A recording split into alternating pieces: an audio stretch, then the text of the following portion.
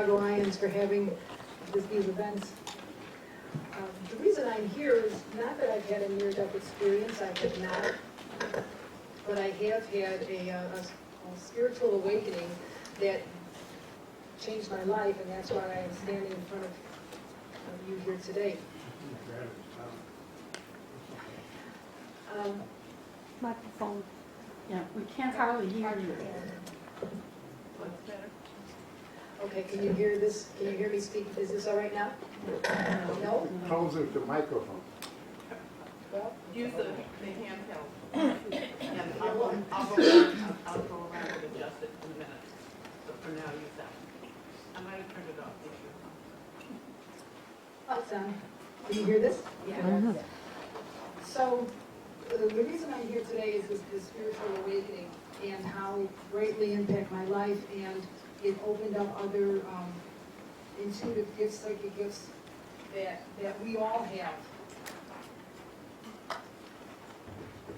What brought me here is that, well, part of it is that what I'll be speaking about today is working with your angels.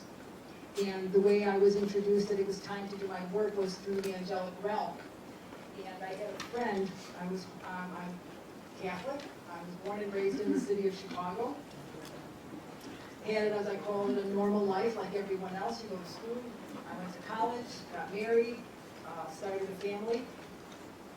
But when I was growing up, when I was young, a very young child, I had a sister, and my grandmother would come to visit. And as we were growing up, I'm from a large family, so, and you know, if you're from a large family, everyone has a job. I mean, there's no one that just gets up, walks out of the house, and you know, you cook or you clean or you do laundry or you're ironing and all of that. So my grandmother would come, and being very much intuitive, being very psychic, runs in my family. My mother had it, but she turned the ability off because I don't like those dreams. I don't know what those dreams mean. I don't like those feelings. And she literally, if you don't want to deal with it, you just turn the ability off. Her mother had intuitive abilities, and they were always coming in dreams and in storytelling. And her mother, my grandmother's mother had it. Her mother before her had it. So it was, you know, I don't want to say it was genetic, because genetics has nothing to do with it. It really is, this is the family I chose to be born into. So, hearing stories about psychic phenomena, hearing stories about dreams and dream interpretation, growing up, I would hear those stories on a regular basis. It's interesting how when you're supposed to hear something or understand something, it happens, because if you ask my older siblings, they never heard those stories. It was interesting that truly, and I have a younger brother, he never heard those stories, but my twin sister and I, we got the stories. And also, who are the two really psychic in the family is my twin sister and I. So, here I'm living my regular life. I'm married, I'm home with my daughter after doing all kind of work and running around and being in the world, being busy. I have a background in psychology, I have a background in customer service, and in working with people, and in having jobs that are very demanding, and being right, being accurate, being on time, and come on, let's move. So then I become the at-home mom. Well, the at-home mom has to learn how to calm down and slow down. And the interesting way that Spirit did this to me was, is it too loud? No. It needs to be louder. Keep closer to the microphone. Very close. It's actually very heavy. Talking to the end of it. Like a hot dog, not ice cream. This one may work. Okay. So, but it was time. It was time for me to do my spiritual work. So the point is, it wasn't foreign for me. The idea of people passing, people being able to come back and get messages, even the idea of reincarnation, because Edgar Cayce was already known and well known. And the interesting thing is, my mother read those books. She would discuss them with my brother, And I would hear the Edgar Casey conversations when my sister and I were in the dining room doing our homework. And I'm listening to that and I'm thinking, well, what are they debating about reincarnation? Like, what's wrong with that idea? Like, why not? And you know, even as an 8-year-old, 9-year-old, I'm thinking, where's the question? So now, fast forward all kind of years, and now I'm a homemaker. I have a child, and I have friends who are very much into yoga and meditation. And I had a friend that I knew from work, and she went out east and lived at an ashram for about a year or two. So she came back and she was visiting at my home in the northwest suburbs.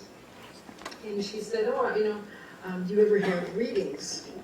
And at the time, I had only had 1 or 2 readings from someone who a friend recommended, and this person was very good, and I had to drive to the city to see this person. And I said, yeah, it's, very interesting. And, but I really didn't have too many of the ups and the downs of my life.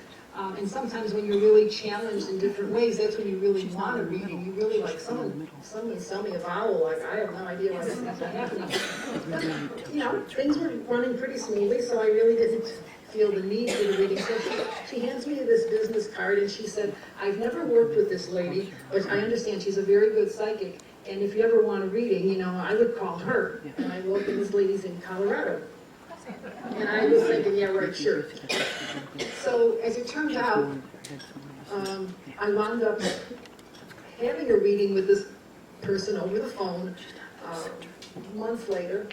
And the very wonderful thing was we clicked right away. She had all kind of information for me that made sense.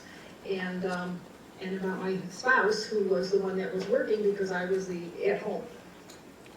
So that was all wonderful. So I worked with this woman. I would call her once or twice a year and have a phone session. I'm in the suburbs, she's in Colorado. And finally, after the 3rd year, when you have a reading, it's either a half an hour or an hour. And after the 3rd year, I said, okay, well, thank you. Okay, thanks. And she said, wait, are we finished? Yes. Do you have any more questions? No. She says, I have a message for you. What? Well, the angel said it's time for you to do your work. Well, I'm sitting home alone in the northwest suburbs, minding my own business, and when someone says it's time for you to do your work, you know how when you know something and it hits you in your gut, like, oh my God, that's right. She said that.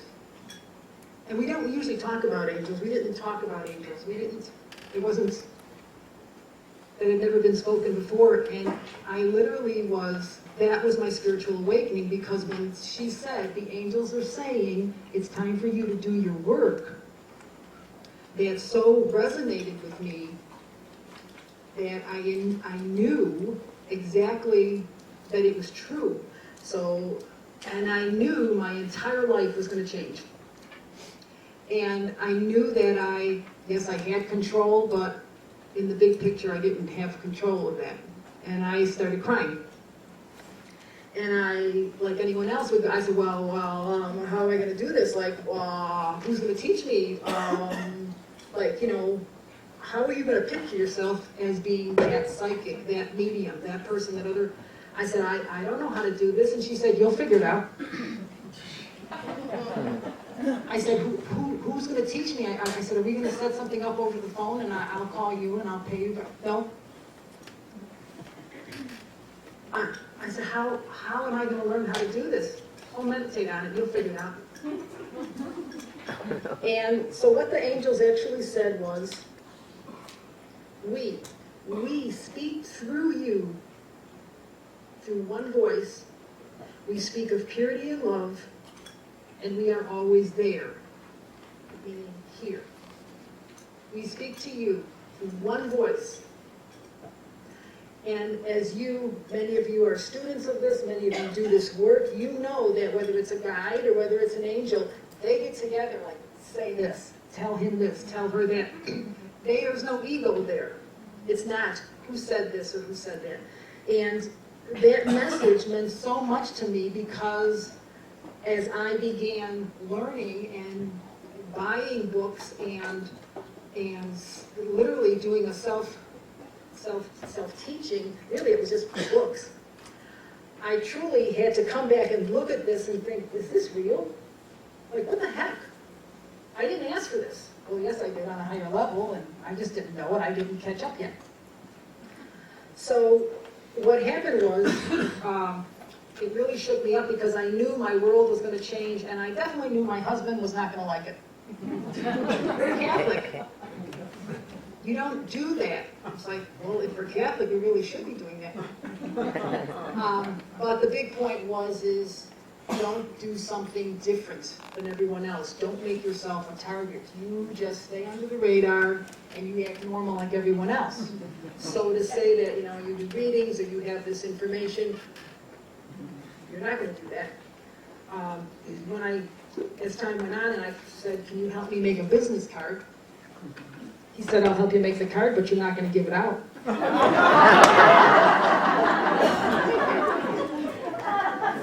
So that's how that went. So that was my spiritual awakening. Now, as she was good to her word, there was no class, there was no teaching. I didn't even bother to ask her, will you help me? So, as any of you would do, if you're thinking, no, you have the knowledge that, well, back in my family, that they did that, and it just came. And it wasn't that it scared me, it was just that you knew that your life was going to change. And like, what does that look like? I don't know what that looks like. So I would sit and I'd read the books like Seed of the Soul by Gary Zukav. When I read that book, it literally came, and the information, I could only read 2 or 3 pages of that because I'm reading it and thinking, wow, that is fascinating. And at the same time, you get this feeling in the pit of your stomach, you know this. And it's like, what are you going to do? So what happened was, I thought, after a few months, I thought, well, I can't do this, so I would do my self-test. So I would sit quietly, and you might say meditate, but I just call it sit quietly. I would sit quietly, and I'd say, okay, spirit. And when I talk about spirit, you're really talking about your soul, because who's running this ship? You are. And one says, you know what? God did this to me, this one did this to me. On a soul level, you agree to participate in whatever this is because you are going to learn something, you're going to experience something, and you're hopefully going to be the better for it. So I sit quietly, and because I was truly at home, there wasn't really much going on in my life. So my spouse would say this and this, business, there's always something going on, and someone who works in an office, and there's politics, and all this other stuff, and he had a very good position, and he still has a very good position. And so he'd say something, and I'd sit and I'd say, okay, well, is there anything? And Spirit can tell you what they want to say. So if you're talking to your soul and the higher knowledge, connection to. So today I'll say, if I say God, if I say Yahweh, the divine, source, Jesus, it's all the same. Whatever name is comfortable for you, please, you put that name in. So I'm testing myself, and I'm like, okay, can you please is there anything, Spirit, that you can tell me about this, his situation? Is there anything I could know, anything I could share with him? And this is testing me, if I have this connection. They tell me I'm supposed to be doing this, do I have this connection? I don't know, I never tried this. Yes, I have dreams. Yes, I'm a very good interpreter of dreams. Yes, I'm an empath. And that explains a lot about when I was a child, and I can feel things and sense things and be the quietest one in the whole house and not speak. When I was very young, I really didn't speak. And my sister would say, yeah, but she knows, she hears you, yeah. We say yes, we agree, yes, no, blah, blah. I really didn't speak much, and now I realize I didn't talk then because I'm making up for it now. So it's okay, it all works out. So what happened was I thought, I have to test. So anyway, Spirit would give me messages, and at dinner time I would say, we would be talking about, and I'd say, well, whatever happened with this one or that one? It might have to be a whole week later. And I said, well, I asked Spirit, and this is what they said, and I'd have a piece of paper, and I would just give a few sentences of what they said. And there was one time, and there was this person that was giving them a lot of trouble, and I had asked Spirit about this specifically. And the message was that person is going to be, well, he was getting a lot of trouble, but at the same time, he was going to be up for a vice president position. And the person said, my message said, that individual will be let go within 2 weeks. And I'm reading this and I'm thinking, oh boy. He just said that even though the rest of the executives don't want this to happen, this man is scheduled to be the next vice president, CEO. And so when I was at dinner time, I said, well, I got a message, and I said, I don't know, this sounds kind of strange, but Spirit said this, and he said, you are so full of it. No, he didn't like us at all. Did you hear what you just said? Spirit said that, huh? Yeah, right. And I was like, well, I just have to tell you what it is. Well, guess what? Within a week, that wonderful Prince Charming, that the fellas knew, the people that really worked with him, they knew this was not the person that you really wanted to run the company. And no. And guess what? He was privately let go. And they had someone else come in and take that place. And when I said, because when he came home, he's like, you won't believe it. And I just say, yeah, Spirit. I was just like, really? And he goes, and he always knew. And other things happened where I would give him information. But in the first year, I truly was like, this is really hard. This is hard. I am really afraid of where this is going to lead. And so what happened was, I sat down one day, my daughter was in preschool and all of this, and I sat down and I just said to Spirit, I said, if I'm going to do this, I said, you really, and when I say I'm talking to Spirit, I'm talking to my soul, because it's always our soul. We go from our personality, our conscious self, we go to our soul, and our soul is connected to our oversoul, our higher self, our true, all of our God essence, and we just bring as much as we can handle. So I sat there and I said, okay, I need proof. I'm supposed to be doing this. If you want me to do this work, and I don't even know what this work means, you have to give me proof. So I was thinking, I thought, okay, so I had a brother-in-law who I would do messages for, and my sisters. And that's all I ever told. I never told anyone else. I didn't tell my parents. I didn't tell anyone else but my 2 sisters and a brother-in-law. Now, the brother-in-law was older. And the brother-in-law, when he married my sister, he was, his mother had already been gone for 20 years. So we never saw a picture of his mother. We just knew her name. And so he always said, oh no, I'll be happy to help you if you want to do a reading or if you want to interpret my dreams, whatever it is, when you have time, sure, whatever. So then I thought, well, who can I do this? So I thought, okay, well, I'm going to use my brother-in-law. So I'm going to call on his mother, who's in spirit, who he never told stories about. It's like, none of us knew, it never came up. So I'm going to call on her. So what I did is I sat down, no interruptions, and I sat there and I said, and I'll use the name Miss Smith, Aunt Smith, that's not her real name. So I sat there and I just closed my eyes and I said my prayer, because it's nice to say a prayer of protection. If you believe in God, if you believe in Yahweh, whatever that blessing, whatever that prayer is to keep you in a sacred and holy space. And I said my prayer to keep me balanced. I said, okay, Mrs. Ann Smith, in my mind, I could have said it out loud, but I just, telepathy, I said, Mrs. Ann Smith, you don't know me, but I am your son, sister-in-law, and I want you to do me a favor. I would like you to tell me a story, give me a story, something that your son knows and remembers from the time he was, before he was in 1st grade or younger. Give me something that I never would have heard anything about, which you never did. Give me a story. Tell me something that I can go back to him, and he can tell me whether or not this is right. So this is my big test. So I sat there. Now, I don't know if I sat there for 20 minutes or if I sat there for half an hour, or it was just a very short time. So I sat there, I closed my eyes, and I'm just repeating her name. That's like your calling card, like, hello, hello, can you talk to me? Will you talk to me? Will you? All of a sudden, I see with my, you see in your mind's eye, And for those of you who've ever seen The Honeymooners, Jackie Gleason and The Honeymooners, remember? When I see things in spirit, it's always black and white.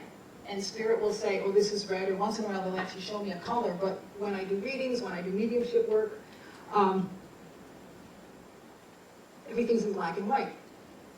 So I'm seeing this in black and white. But if you can remember, if you've ever seen The Honeymooners, and I know they have reruns, it was a family like in the 1950s, and everything, picture everything happening here, and then the camera just here, the camera just, pans this way, and it was like an apartment from the 1950s. There was a refrigerator, a small, brand new refrigerator, those, the white ones that are round, and then a little bit of a counter space.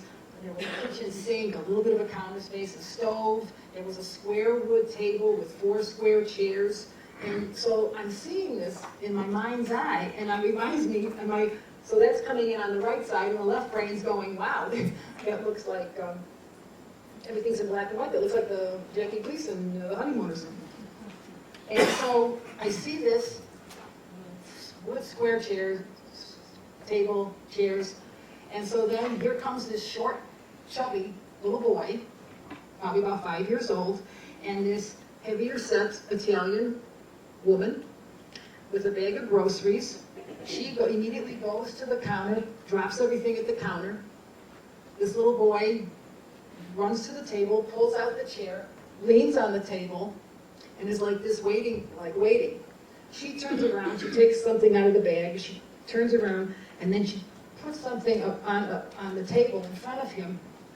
She turns around like she was preparing something, some kind of food, putting groceries away. The next thing you know, it's like you get a close-up, and here's this little kid, which had to be my brother-in-law, is this young kid, and he's over there leaning like this, and the next thing you know, you see him slap his hand on his face like this, and you're thinking, what happened? His mom's at the counter, she turns around and she sees him and she's like, oh. And he's like, and she takes him and she grabs him by the arm, pulls him off the chair, they go to the side entrance, they go to the door, they're gone. Picture goes dark. I sit there, I open my eyes. I said, that's it? I said, what happened? Nothing. Okay, so now I look at my clock. I don't know if it was a half an hour. I don't think it was longer than that. I pick up the phone. It's 2:30 in the afternoon. I pick up the phone. He's at work. So I call him and I say, it's me. He says, hi. I said, I have a question. I need 5 minutes. Do you have time? Sure, what?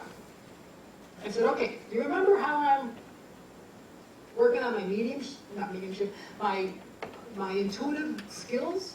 Yeah. I said, okay. So I'm going to tell you a story, and if it's true, I want you to tell me it's true. I said, if any part of it's right, I want you to tell me. If any part of it's wrong, I want you to tell me. Well, gee, you're making me a little scared. You're like, what are you going to tell me? I said, okay. I said, so I called upon your mother, and he goes, my mother? Okay. I said, and I asked her to tell me a story about a time when you were a little boy, and so that I could relay it to you, and this would be not seeing if I can actually do this work, if I'm supposed to do this. Okay. So I told him the story, just like I told you. Dead silence. I said, well? He said, where did you get that information from? I said, I was talking to your mother. He says, no, really. I said, I was talking with your mother. And he said, oh my God, that's all accurate, every bit of it. I said, what the hell happened?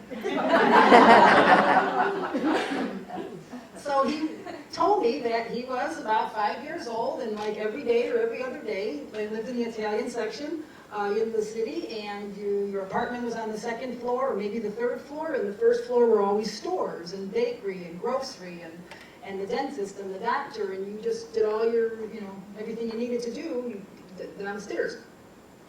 And he said, we always did that. We always, like every other day, we'd go to the grocery store and you'd fill up that really small refrigerator.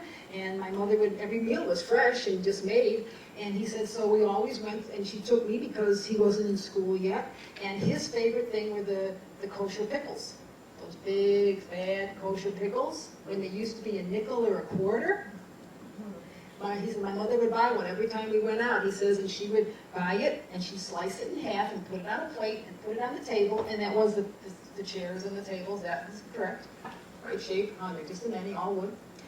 And he said, and I'd eat it, and I'd wait while she was preparing the sandwich for lunch. He said, well, what happened was they went out, and he had told his mother in the morning, my tooth's loose. I have a loose tooth. I need you to pull it. And Mom said, I'm not touching that. When your father comes home, your father can pull that. I'm not doing that. Okay, and she says, just, ignore that. Work on the other side of your mouth today. Okay. So then they went to the store, they came back, he starts eating the pickle, and guess what? The tooth gets stuck in the pickle, the juice, and you know how that has got the vinegar, it goes right up into his gums, burns his mouth. He claps his mouth, they're like, oh, and it's burning, and she sees him. The minute she saw his hand, she's like, oh, the tooth. She grabbed him, ran him down the stairs to the dentist, a couple doors down. That's what happened. And he said, how did you know that?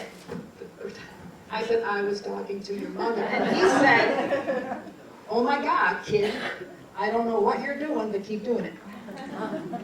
Now, what happened was, after that, I hung up the phone, and that's when I started shaking. Because I said, oh my, no one taught me that.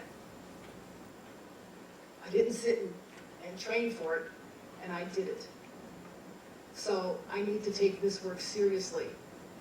So that was not a spiritual awakening, but that was so much feeling and knowing your truth about you. That's why I tell you this.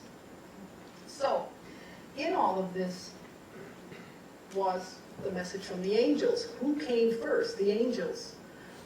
And I believe that the angels they're in every religion.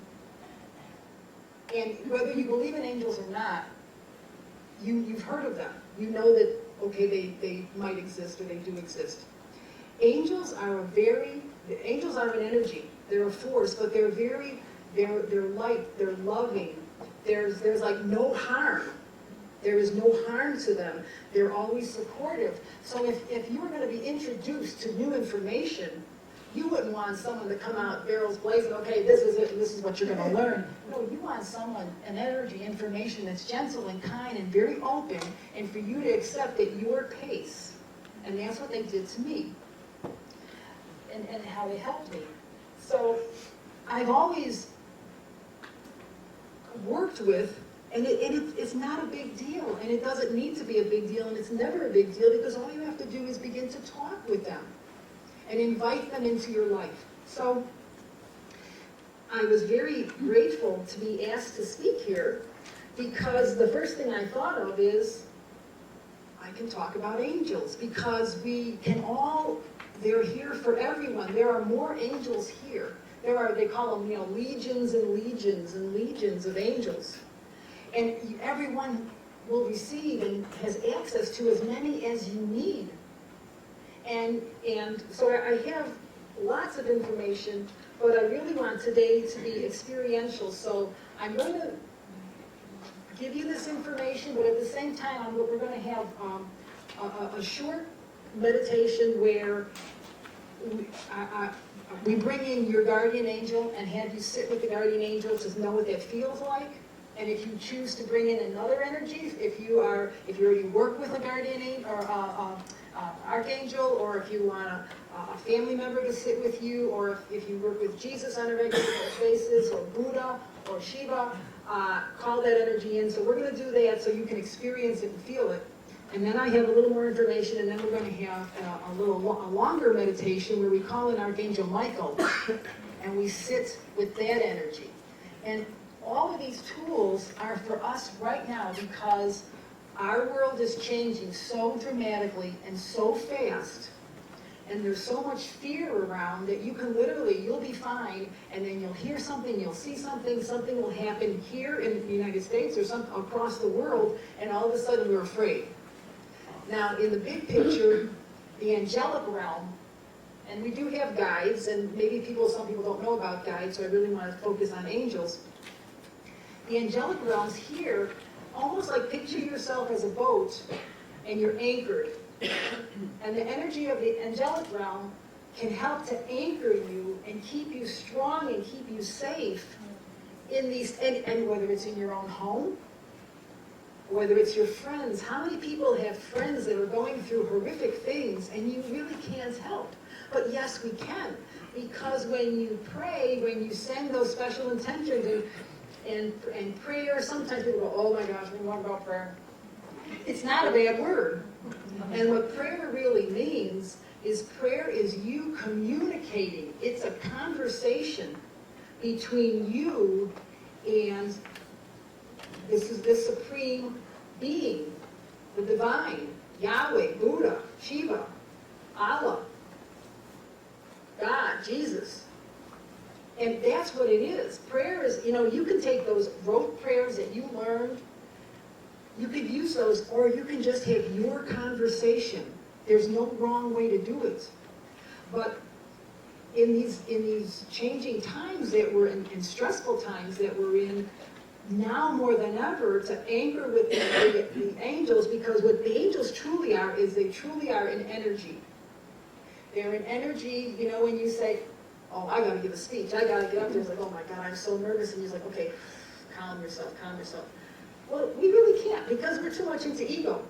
We came here with the personalities that we chose to overcome and get through some of our rough spots. And in the grand scheme, the angelic realm is here to remind us that we are not physical beings. I'm not just this person. I'm not just this body. I'm not just this image. There's more to me.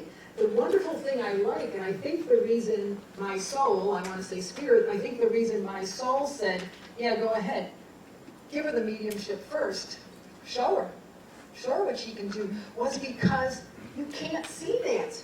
You can't feel it, you can't touch it, and unless you have someone that you can really say, prove it, which thank goodness I had this older brother-in-law, because I wasn't going to ask my parents for a story. I'd have too many questions. I'd probably have them saying, oh, you don't want to do that. Well, my mother would. She's the one that turned hers off, right? Thank goodness for him. So today's about the angelic realm. So I would just like you to listen to some of the things that I've learned and I understand about angels. I want to give you a bigger, fuller picture of them, and then we're going to experience them. So angels are a divine energy. They are, we are part of Creator. And you've heard this. And the other part about our humanness is we always think, well, everyone else can pray and they'll get answers, not me. Or I don't know how to do this, I won't do it right. We have to let that go.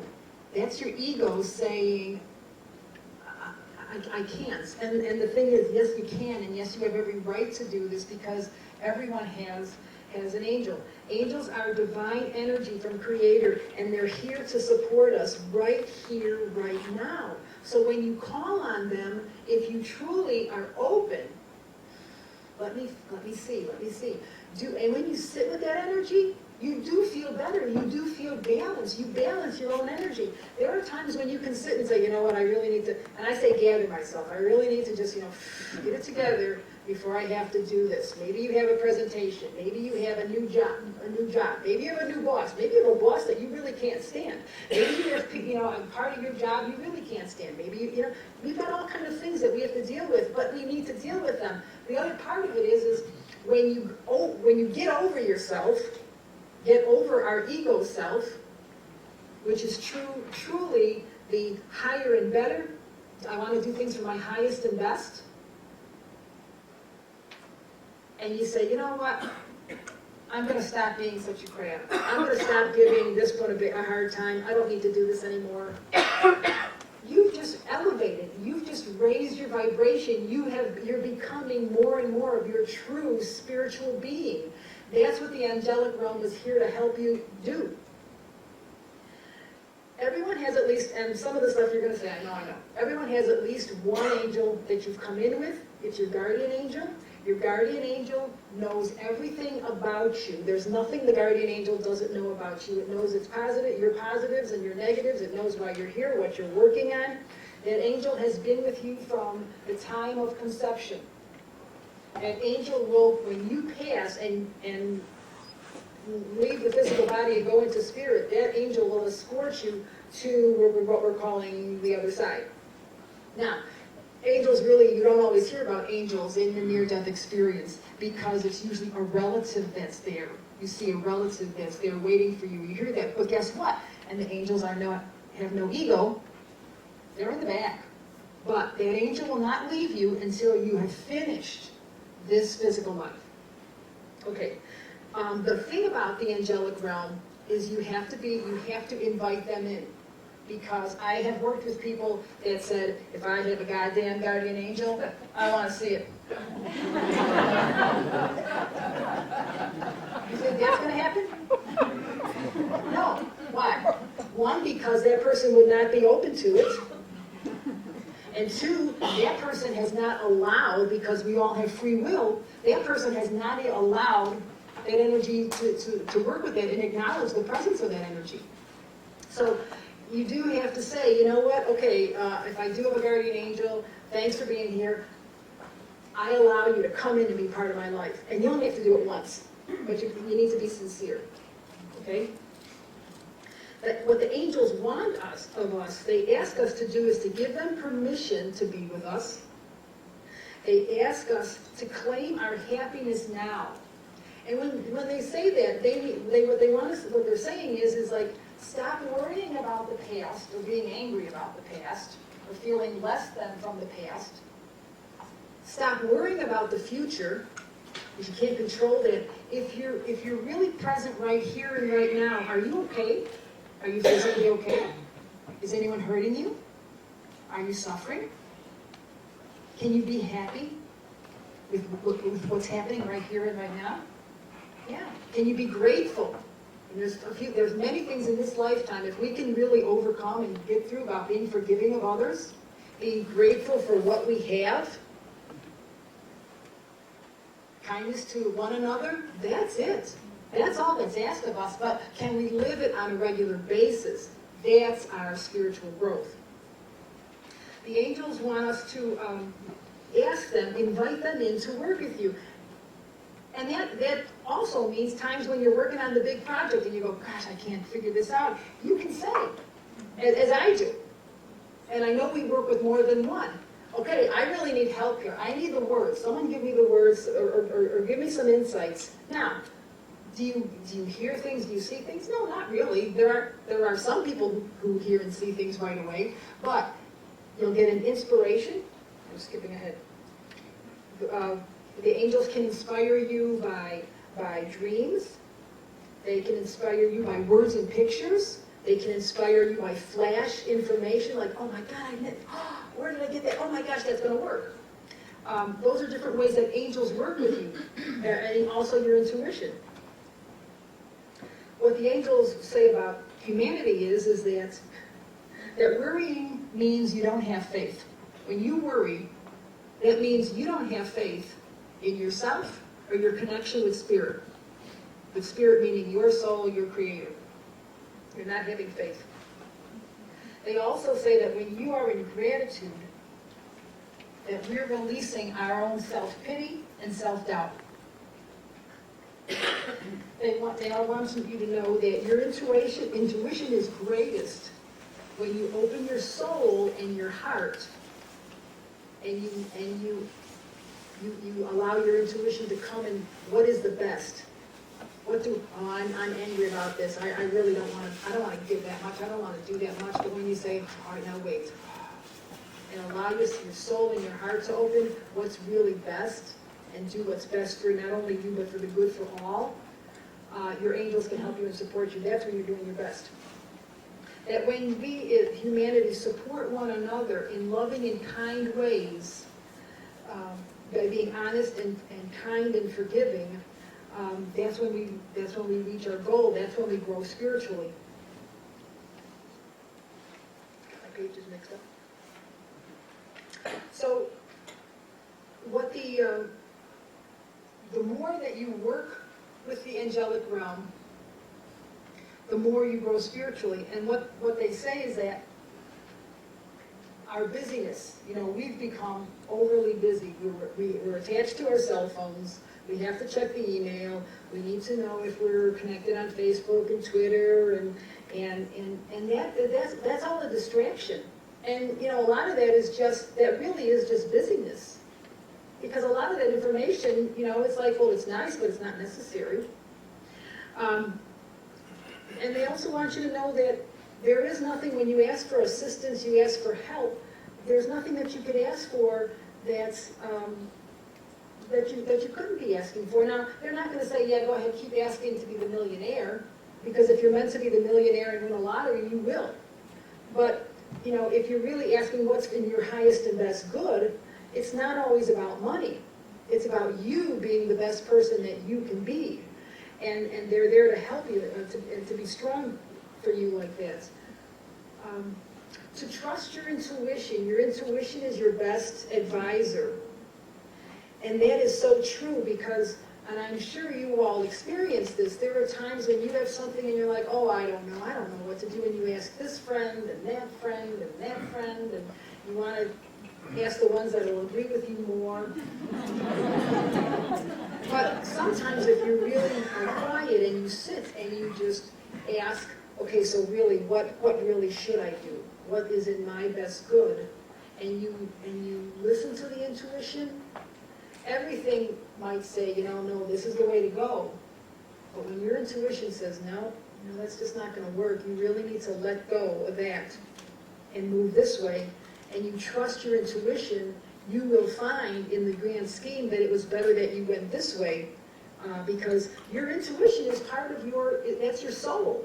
That's what's the information that you're bringing down from your soul. What you bring from your soul is the information that you've had from other past lives, where you may have gone through this scenario in other past lives. So when you listen to your intuition, you're saying, I'm believing that there's more than this physical existence, than this just one lifetime. I'm tapping into greater aspects of myself and Creator. And you're trusting in that. So what I'd like to do is I'd like to have, I'm calling this a centering, strengthening meditation. And it's only going to be 5 minutes. And what I'd like us to do is, I won't have any music, we're just going to sit here. But I will be guided as I will be guiding you. And I'm going to put my little timer on, so it's 5 minutes. And what we're going to do is we're going to call in our guardian angels.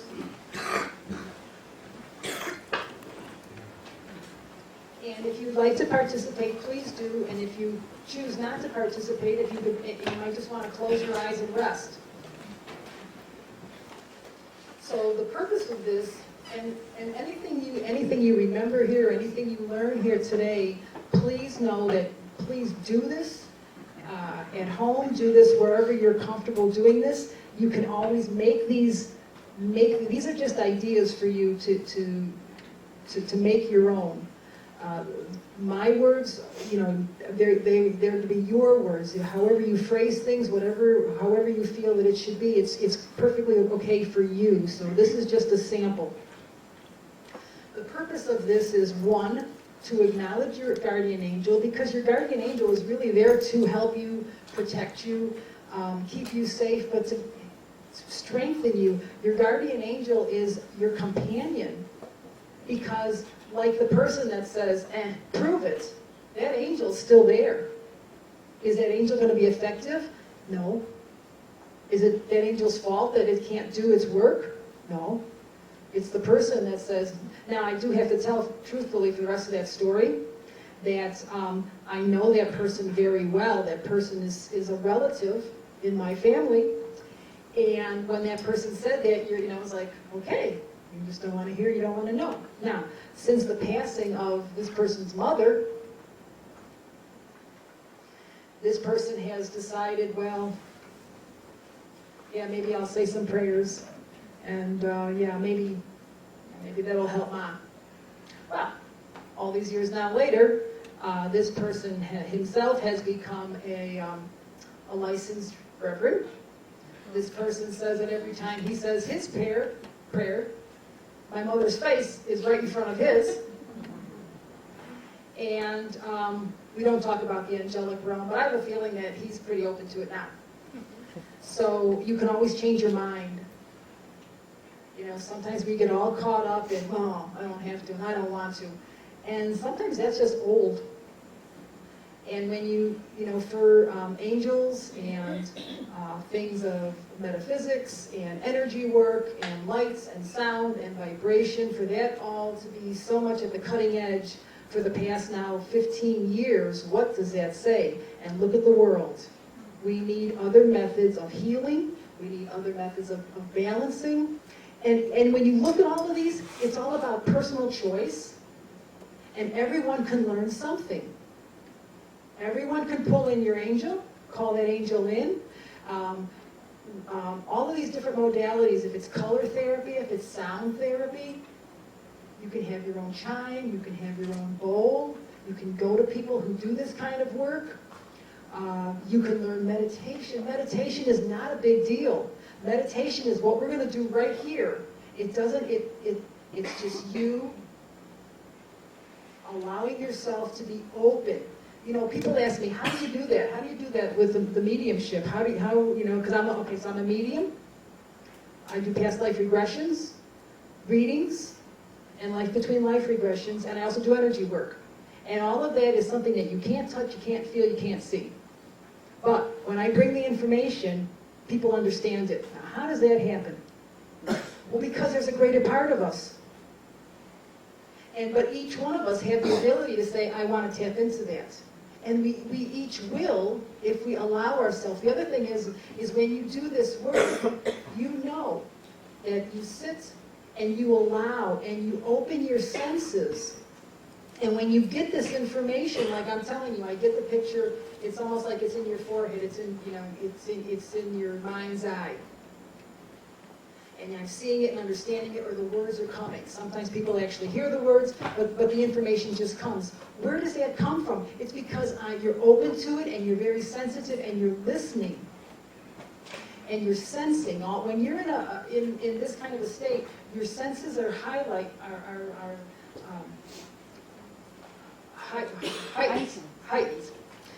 Your senses are heightened so that you hear, sense, and feel these things. But for every single person here, no matter what it is you want to do, if you just want to focus on bringing, I'm asking for healing energy, Creator, I'm asking for healing energy, my feet or my legs or my hip. You can do that. And expect it, and you have and the faith to know that you will receive it. So this is all part of what you can do. It's all your choice. Okay, so this is guided. So if you choose to participate, okay, you can eyes open, eyes closed. Everyone else, please close your eyes. Breathe. If you can, feel your feet on the floor. And we want to ground ourselves to the floor. You want to ground yourself to earth energy. That'll help to keep you balanced. And our intention is everything. We open our hearts, we open our mind, we open our soul to being one with Source. And I welcome in and I invite in my guardian angel to please sit to my side. And then you can picture what side you want them to sit. I invite my guardian angel in to sit to my side or right behind me. And just breathe at a regular pace. And just allow. I invite my guardian angel in to sit and be with me. And I am grateful. Just allow yourself just to be in that space. And as we are here, our intentions may include, I ask for and I accept healing energy from Creator Source. I accept healing energy to gently flow down upon me, upon all of my physical body, all of my auric field, my physical, my mental, emotional, spiritual body. I accept healing energy, just like the lights that's shining down upon us now. I accept this healing energy. I release anything that no longer serves me in my body, in my mind, in my spirit. Just imagine this energy just dripping off of you like perspiration. And just breathe. And allow this healing energy. And Guardian Angel, I am grateful for you to be with me. I invite you to give me signs. Maybe you want to come to me in my dream time. I'd appreciate you helping me when I ask you for help.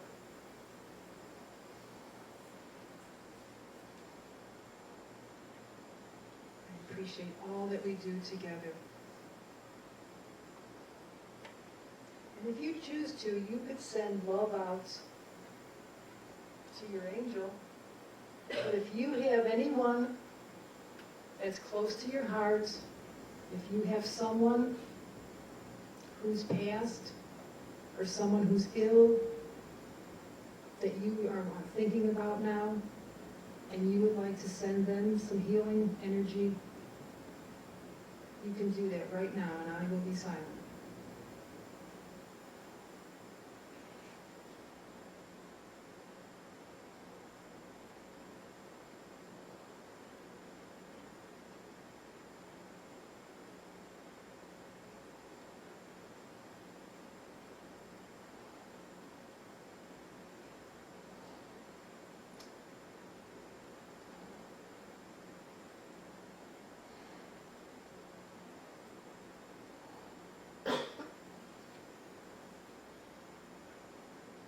So, as you begin to bring your awareness back very slowly,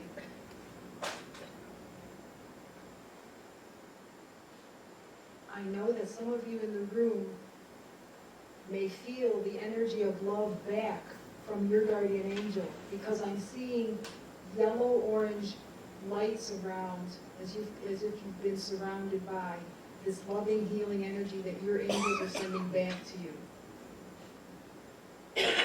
Now, as you're gently bringing your awareness back, just open your eyes slowly as you bring your physical awareness back to your body. But the intention is for you to feel calmer, safer, and very much at peace.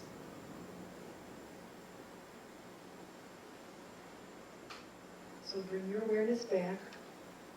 Breathe, exhale. You can do this anytime you want. This is yours. You make it yours. Use whatever words you want. The more you include the angelic realm in your everyday activity, the more that they're there to help you.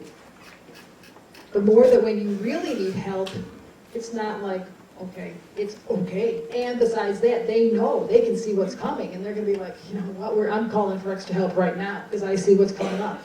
So the more you do this helps to center you from your day-to-day life. The more, I love this part, the more acts of service that you do, that you give of yourself to others.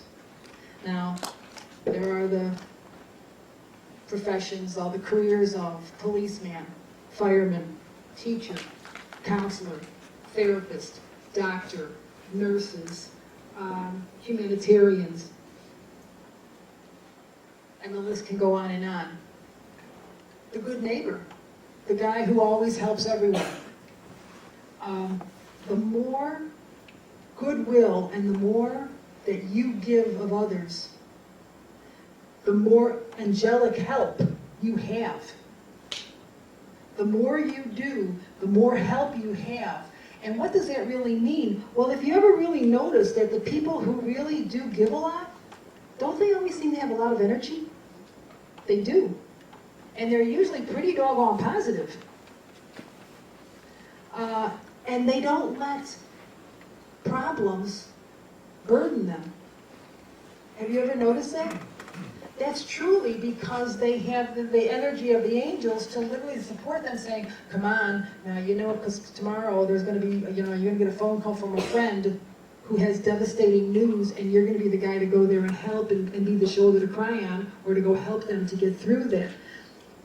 The more you do, the more you give, the more help you receive. And it's a wonderful thing. The more often you connect with the angels, and I'm going to use that meditate, or the other term that I love is sitting in the silence. The more you do that, the easier it is for you to get into that higher zone, and to get into that higher frequency. And sometimes when I ask the people who meditate on a regular basis, and this is one of the things that Spirit allowed me when I first started, because I couldn't sit still long enough to meditate. 5 minutes felt like, oh my gosh, is this a half an hour yet? Is I could always feel a lightness in my forehead. It was always here, and then it moved up to here. And it truly is, that's when you feel that your vibration is changing. Your vibration is actually raising, and you're actually feeling it. And I tell people it's like you've had an alcoholic drink too fast and you get a little buzzed. That's the feeling. And if you've ever been in a meditation, or you're like, wow, you feel like you're off, your energy is like, what happened? You've just raised your vibration. The more often you're in that zone, you maintain your vibration at a higher and higher level, and that's when you can reach higher and higher, get greater information, finer information. So it actually comes to serve you well. The other part about when you work with the angels is that they help you to learn about yourself. They help you to be less self-serving and more giving to others. And in that spiritual growth, that's all the spiritual growth. So in the spiritual growth, it's not just about you becoming more one with your soul, more one with Creator, but your spiritual growth starts to open, and you begin to see the world with different eyes. When you see someone who is being nasty, when you see someone who's being selfish, when you see someone who's actually stealing, there's a part of you, you're going to be wary and be very careful, but the other part is you're not condemning. You know that person's got problems. That person has things that they really need to take care of, and they're not. So yes, you might avoid that person. Yes, you may even move away from that person, change the relationship with that person. But the point is, there's less and less condemnation. And in the grander scheme, truly being spiritual is more about forgiveness, compassion, honoring yourself, and honoring Creator and the greater picture of life. Now, for the way the world is today, we sure need a lot of that. We need a lot of compassion, forgiveness, and the other thing about this meditation, any meditation, is that when you're in this place of connecting truly with your soul and truly with Creator, and yes, bring in the divine, and yes, feel your heart and say, you know what, I'm doing the best I can. Continue to assist to give me that strength. But when you're in there, you're strong. Just by being there and doing this, you're already opening up so much to your spiritual sense. If you can help those other people that you know, your family, your friends, your coworkers, your neighbors, and even the people you don't know. You know, you read the stories, you hear the stories in the paper, oh, this is happening over in this part of the world, or this is happening, you know, in the United States. And you can just say, you know what, I opened my heart and I'm sending love. I'm going to send the energy of love, you know, blessings to my friend who's having surgery, blessings to my in-law that doesn't have a job, blessings, and then blessings to all these people that are in need. And you are taking universal energy. You're working with your higher self and your soul, and on a very conscious level, you're making a choice to say, I'm sharing everything I've got, and I'm sending it out to help other people. Can't get any better than that. That's being a spiritual person. That's being a spiritual person. And it can take 5 minutes. It's always our intention. If your intention is to do good and to do the best you can, and how many times have you been in a situation and you're thinking, okay, I can do this, and all of a sudden someone gets you and they push that button and you're like, oh God, I thought I was better than that. Oh, how did that happen? Okay, forgive yourself. Breathe. And then, in the quiet of your heart and your mind, okay, you know what? Blessings to me, blessings to that person, blessings to me, blessings to the company, blessings to the neighbor, whatever it is. So this is all about taking your spirituality and using it. This is about working with the angelic realm. They're here for a reason. They've always been here. It's to our advantage to work with them. And see, the other part of human nature is like, well, I probably only have one or two to work with. It doesn't matter. Just if you start doing it, and you know what? And even if you say, I'm going to focus on me, that's okay, because when we heal ourselves, our energy, it's like cleaning up. And I love Charlie Brown and Pigpen. Think of Pigpen.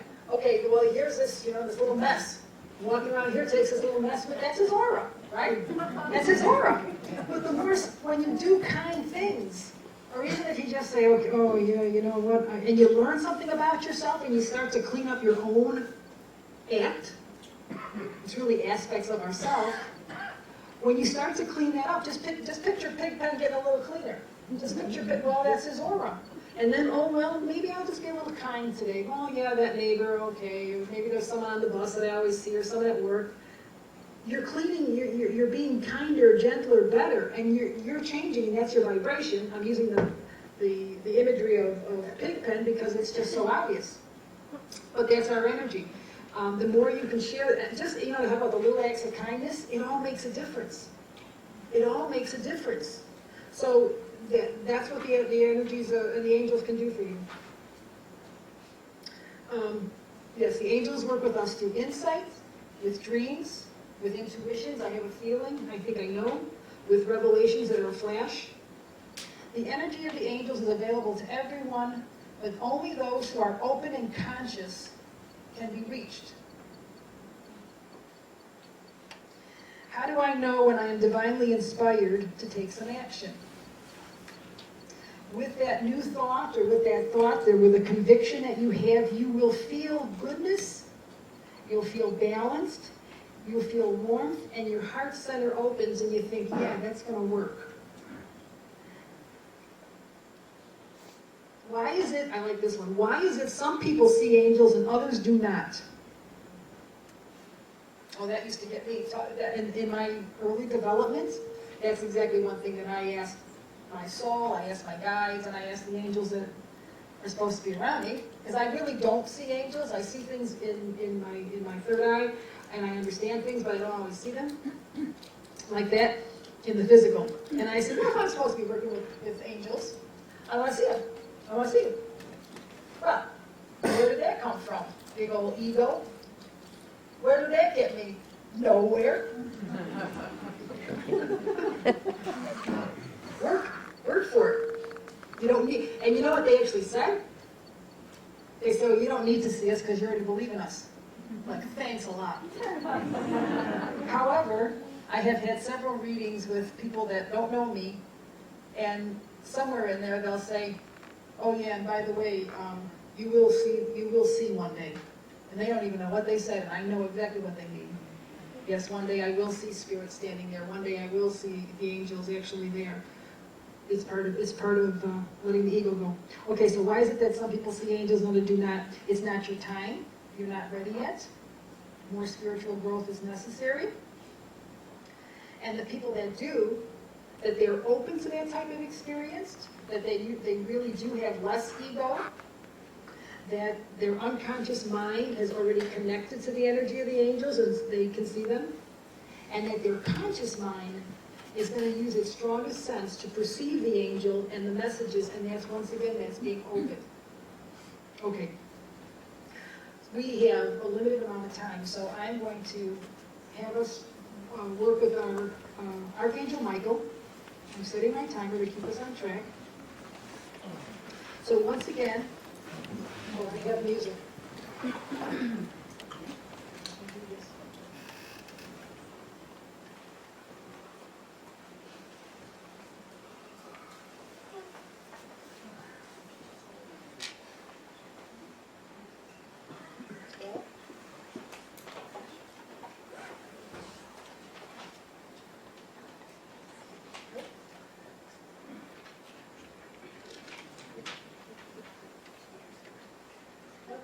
Can't do it.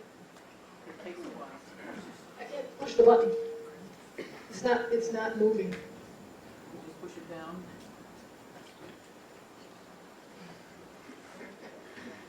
I'm pushing the button down. You push it down.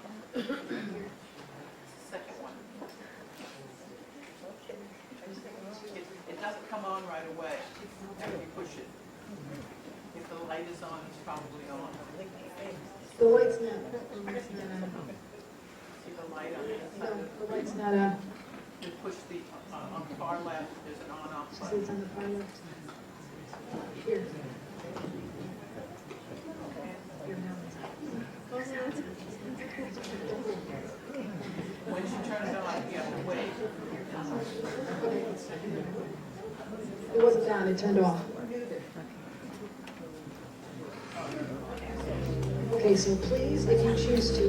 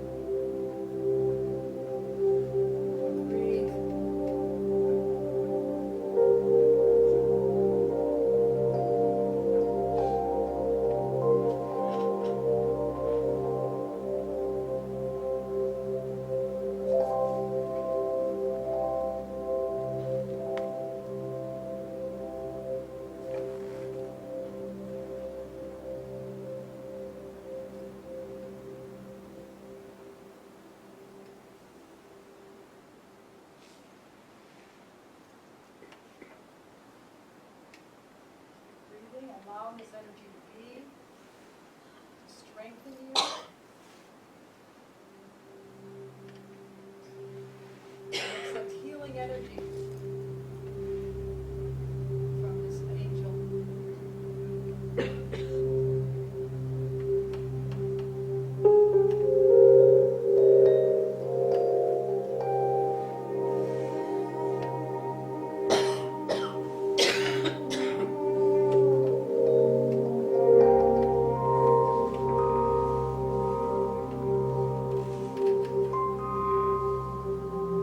And as we work with this energy, if there's anything in your heart or anything on your mind that you would like forgiveness for yourself, or if there's a person or a situation that you would really like forgiveness with this person, with this situation, if you would just like to put it out there, ask Archangel Michael to work with you on this. Picture this as being healed. Set the intention that you're healing this situation, this assistance. You have the strength, you have the courage to do this together.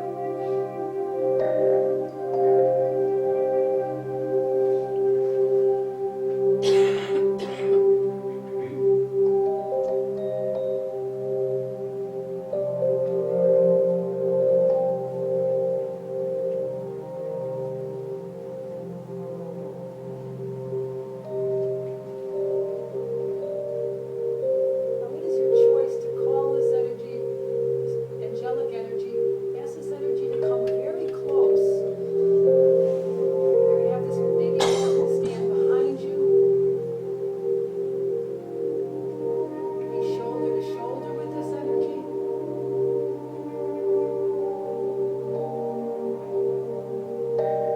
If you even needed to, you can ask this energy to go help my friend, go help my child, help me help someone else, whatever it is you need. You can convey that to Archangel Michael right now if you need to.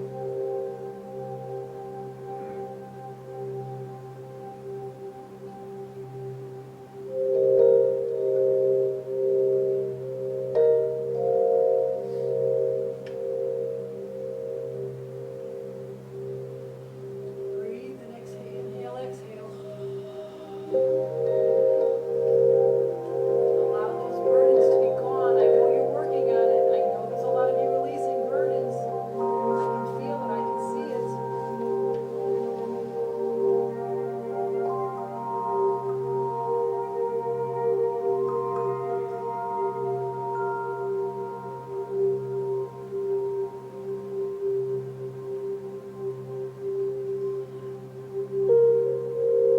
There's a silver ring, like a band, almost like if you picture a beautiful wedding band. Picture this band around each one of your waists if you're participating. And if you want to picture a silver band as some kind of an imagery for Archangel Michael, that's what he's showing me. He's showing me a band for those who are participating. This is how close you are. This is the connection. This is the commitment that he's made to every one of you who've invited him in. Please know that he's made a commitment to work with you and to be with you. And you don't always have to call him, but if you need to call him, call him.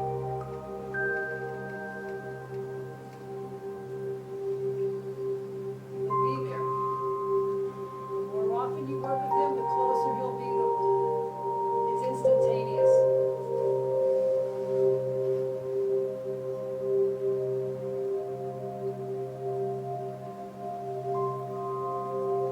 Continue to breathe. Feel this energy. If there's anything else you'd like to silently say to this energy as we're concluding our session here with him, might just say, I'll see you later. I'll call you later. Be together again soon. So gently be able to bring your energy back. Begin to bring your awareness back to your physical body. Breathe. You're able to move your legs, your arms, your hands.